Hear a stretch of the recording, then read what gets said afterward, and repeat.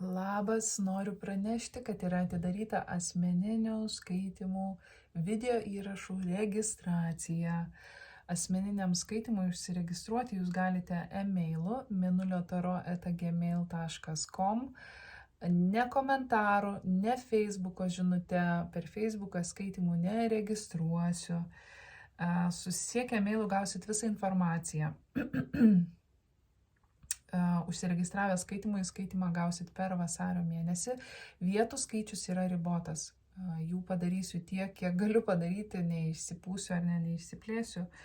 Tai negaiškit laiko, tie, kas domitės, susisiekit, ok? Dabar žinutė Skorpionai. Skorpionai, yra partnerystė, kurioje galbūt jūs ne visai nuoširdūs esat, arba su aplinkiniais, arba su partneriu. Yra kažkas, ką jūs nutylit.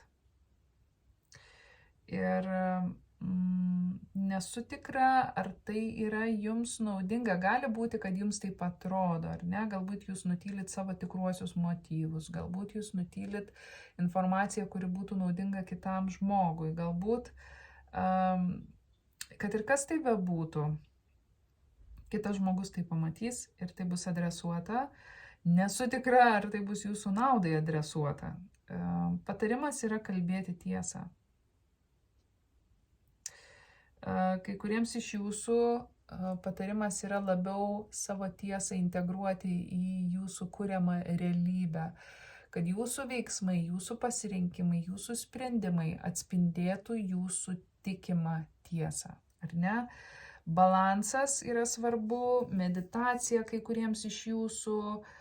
Tai yra svarbu jūsų manifestacijai. Šiaip gražios energijos tiesiog yra kažkas, kas nutyli savo tikruosius motyvus. Tai gali būti kitas žmogus. Galbūt jūs turit kažkokių jausmų kitam žmogui ir nenorit to kelti į viršų, ar ne, nenorit to eskaluoti. Galbūt sužinojot, kad kitas žmogus turėjo kažkokių motyvų jūsų link. Kad ir kas tai bebūtų, su laiku tai išaiškės, tai jeigu tai esat jūs, patarimas yra tai komunikuoti ir atstatyti balansą. Jeigu tai yra kažkas kitas, nesijaudinkit, tai išlys į dienos šviesą.